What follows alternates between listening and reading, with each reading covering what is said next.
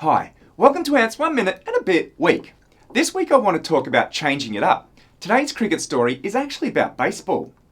In 1897, Harry Musgrove, former Test cricketer and manager of the unsuccessful Ashes Tour of 1896, organised for a group of mostly cricketers, including some Test players, to tour the USA to play some baseball.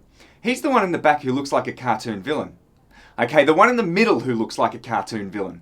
There were high hopes for a repeat of the financial success of the cricket tour to England, but Musgrove soon found out that Americans weren't really interested in coming to see a group of cricketers butcher their sport. One of the players riding under the pseudonym Twister blasted the umpiring, saying it was rare to get a fair one, and praised the umpiring in cricket in comparison. He also suggested that many of the ground organisers were crooked, not giving them their share of the profits or even downright stealing from them from out of the change rooms.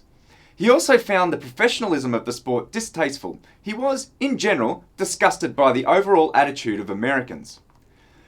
There were many reasons for losing, although apparently none of them seemed to be that a bunch of amateur cricketers were trying to beat professional baseball players on their home turf. But it leaves me wondering what the impact of this tour was on the sport of baseball in Australia and general attitude towards Americans, both of which would remain fairly paltry until the Second World War. But not every attempt at mixing disciplines needs to end in disgrace. This week my reading group has had its first meeting. I found a big benefit in speaking about the book I had read, as it helped me get my ideas straight in my head. I also found it interesting to hear what other members had been reading, especially from the very distant field of computer science. It made me think more about the cultural context we sit in and how cricket is part of that.